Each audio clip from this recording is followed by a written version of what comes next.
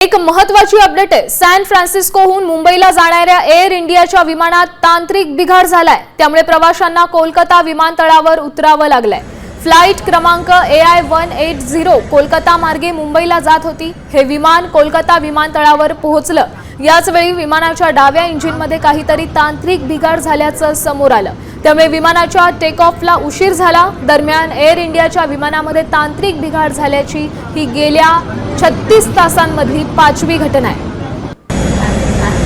आपण पाहतोय गेल्या 2 दिवसांपासून एअर इंडियाच्या विमानांमध्ये तांत्रिक बिघाड होण्याच्या घटना वारंवार घडतायत आणि ही त्यातली आता 5वी घटना आहे।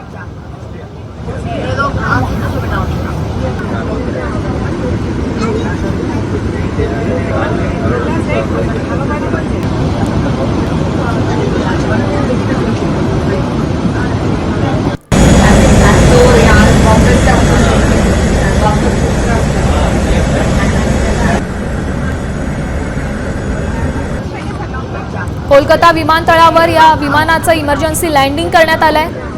इंजिनमध्ये बिघाड झाल्याच्या कारणामुळे हे लँडिंग करण्यात आलंय।